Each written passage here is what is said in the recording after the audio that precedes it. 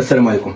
بدون المقدمات، المنتخب الوطني في هاد الماتشات الوديين ديال جاستا خاض جوج ديال المقابلات، المقابله الاولى ضد تونس واللي انتصرنا فيها بهدفين لصفر، والمقابله الثانيه راه انتهت منذ قليل مع المنتخب البنيني، المنتخب ديال السناجب، واللي انتهت بواحد لزيرو. كاين بزاف ما يتقال، اكيد ان بزاف ديال المغاربه قلبهم طيب بحالي انا، وغادي نحاولوا في هذا الفيديو اننا نتطرقوا لبزاف ديال المواضيع. اذا هيا بنا المحلل الرياضي لهذا اليوم.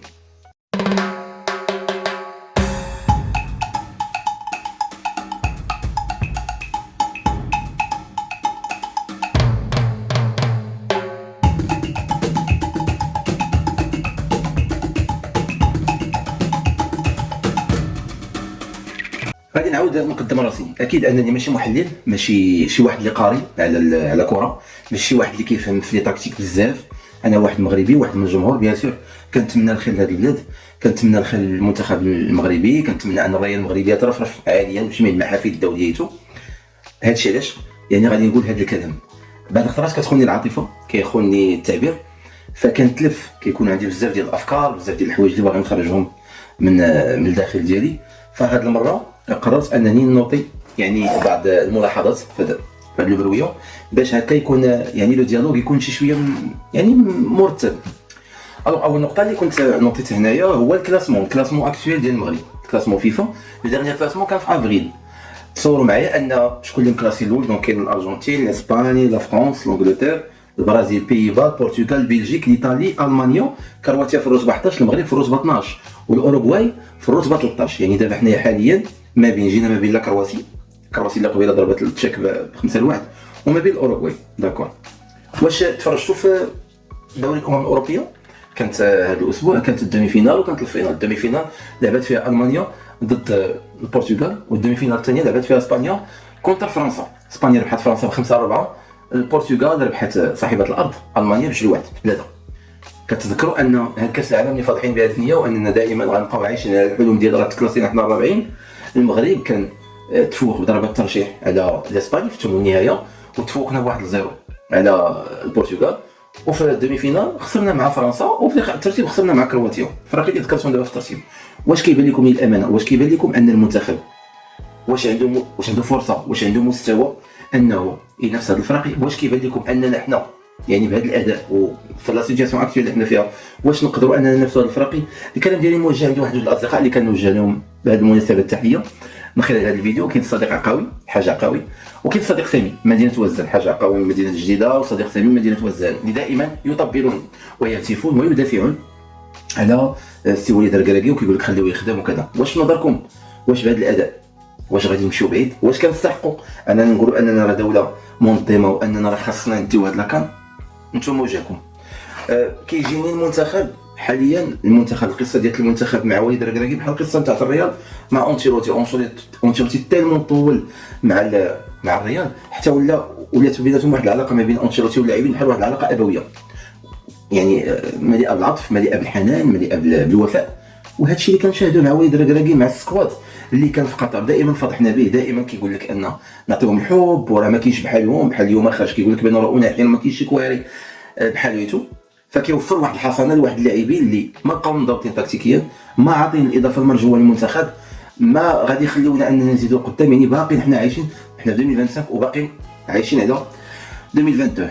شفنا الماتش ديال المغرب كونتر لا تونيزي 2-0، اداء رتيب، اداء ما يخليكش انك تخلي لي مورا كل قدامك وتجي تجلس تبوانتي قدام التلفازه وتفرج. الا قارنا مثلا الماتش ديالنا مع تونس كيفاش كدور الكره، الماتش ديالنا مع البنين كيفاش كدور الكره، سيرتو مع البنين، واش شفتوا واحد الوقيته ان اللعابه وقفوا بحال الا حنا لاعبين على الكاليفيكاسيون ورابحين بواحد، ما كانش باغي يلعبوا كره، والبنين حتى هما كيقولوا يا ربي نبقاو بحال هكا. 1-0 كونتر المغرب، فريق اللي مكلاسي 91 في العالم كونتر واحد مكلاسي في 12 في العالم، راه مزيان اللي 1-0.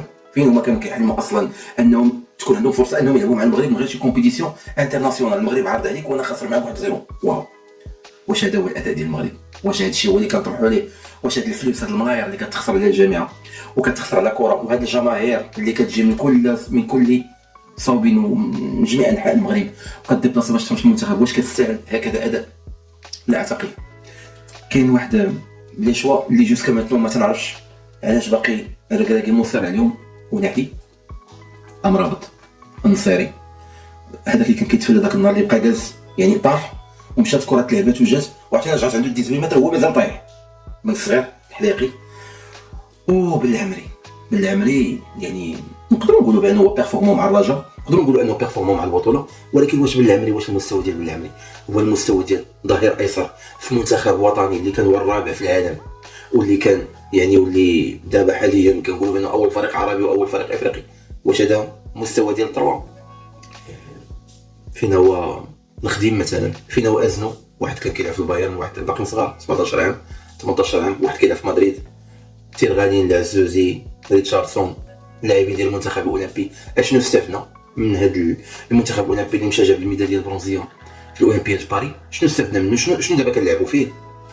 الهلالي اللي فضحنا الدنيا وجريناه من فرقته يعني من الاسبانيول باش يجاور اللعابه وكذا، جوسكا ماتنو ما تعطاتلوش لوكازيون ديالو اونتير. ما كنفهمش، مازال كنظن انه باقي موعد لعابه بحال زياش، بحال سايس، بحال بوفال، بحال بونو، بحال مزراوي، مازالين هادو راه عندهم بلاصتهم. راه اكيد ماشي كنقول لكم انا هادشي شنو بغيت، راه اكيد انهم غادي يجيو لكوب دافريك. بغيت نفهم منين هادو، يعني اكيد انهم غادي يلعبوا في لكوب دافريك. علاش تعيط؟ علاش تلعبوا مازال في ماتش اميكو؟ علاش ما كنحاولوش اننا تكون عندنا فرقه ثانيه اللي تقدر انك مثلا تباغت بها الخصم، لحقاش هاد اللاعب راه ولا دابا خطه اللي هي معروفه. اشنو جبنا من 2022 ل 2025؟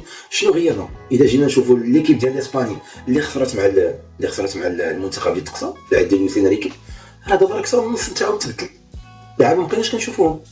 لا فرنسا لا ميم شوز، الاغلبيه ديال اللعابه بحال فاران، بحال لوريس، بوغبا خلاص راه ما بقاش، الاغلبيه ديال اللعابه راهم اعتزلوا ما بقاوش كيلعبوا.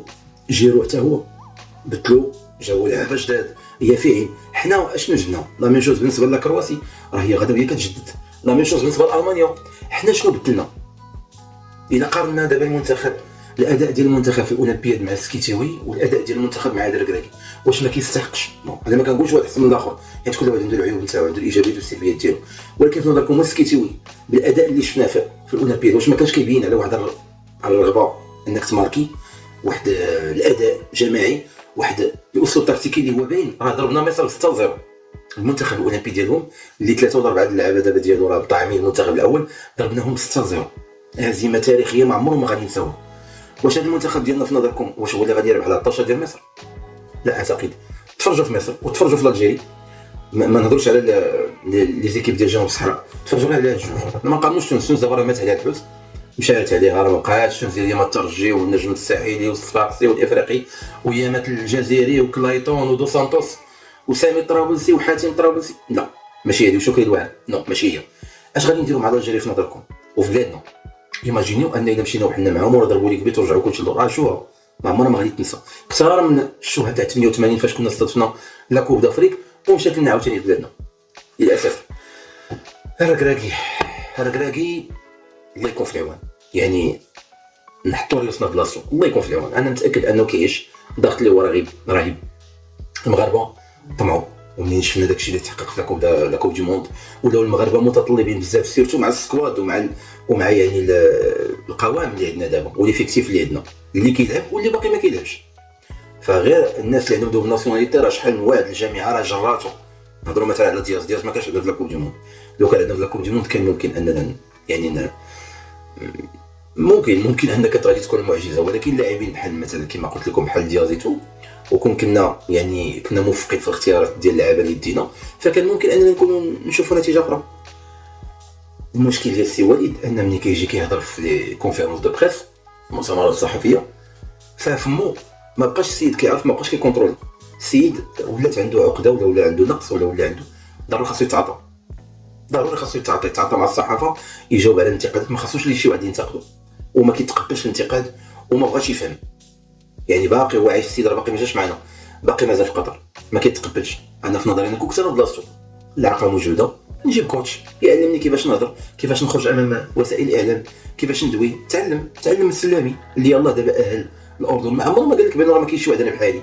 تعلم من عموته اللي وصل الاردن في الفينال ديال لا كوب دازي مثلا، جيب كوتش يعلم كيفاش تهضر، كون رزين، كون كذا، ماشي كتعاطى معاه وكذا وتعيف الصحافه وتعيف كذا.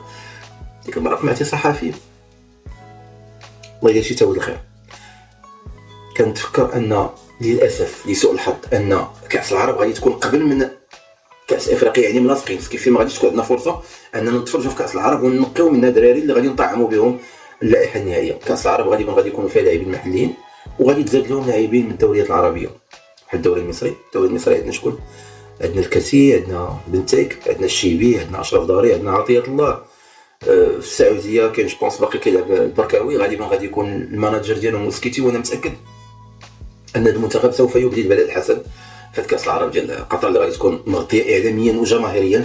يعني بدات بان الاجواء فيها غادي يكونوا مشابهه للاجواء ديال كاس افريقيا للاسف. وحتى شي واحد فهادو لا اعتقد انه غادي يجي، ولا قد جوج كما تلعب في افريقيا وكتجاهل هاد اللعابه اللي كيلعبوا في الدوري المصري كيلعبوا هاو نيفو مع الاهلي مع الزمالك مع بيراميدز وداو تشامبيونز ليغ او لا وصلوا للفينال ولا الدومي فينال ما تصعيدلهمش، وباقي حنا كنعيطوا على لاعبين اوروبيين مازال انت كتجرب. غادي يكون عندنا توقف الدولي ديال شهر 9 وشهر 10 وشهر 11، يعني كل توقف فيهم راه فيه شي 6 الماتشات. هادو هما اخر فرصه اللي عندنا. بغيتو شي اخبار زوينه؟ ممكن اننا نديو كاس افريقيا، ولكن باش بالزهر بالجمهور يعني بالمهارات الفرديه ديال اللعابه، ولكن كاداء كفريق فلا اعتقد. خطا اللي بدات اللي ارتكبنا واللي غادي ندموا عليه، اللي غادي ندم عليه الجماعه، اولا ما عيناتش واحد المدير تقني اللي غادي يتحاسب مع هاد المدربين باش من الوقت اللي خاصو يجمع راسو يقولوا جمع راسك، هادي ما درناش. وثاني حاجه اننا ما يعني بون الراجل كان خاصو يمشي في مورا كاس افريقيا. انا بالنسبه لي كمتابع مع كامل احترام ديشو، راه الا مشاو المغاربه وداو كاس افريقيا راه اول واحد اللي غادي يهز الركراكي هما حنايا. ماشي حنا ما كنجيوش على يعني على ولد بلادنا ولا كذا، ولكن ولد بلادنا اثبت انه ما بغاش يسمع راسو قاصح، ما بغاش يبدل الستاف تكنيك ديالو، يعني جا حدا صحابو ما جايبش ناس اللي غادي يمثلوا الاضافه ودخل في حرب مع الناس كاع كاملين. كما قلت الله يكون في العوان، الله يكون في العوان.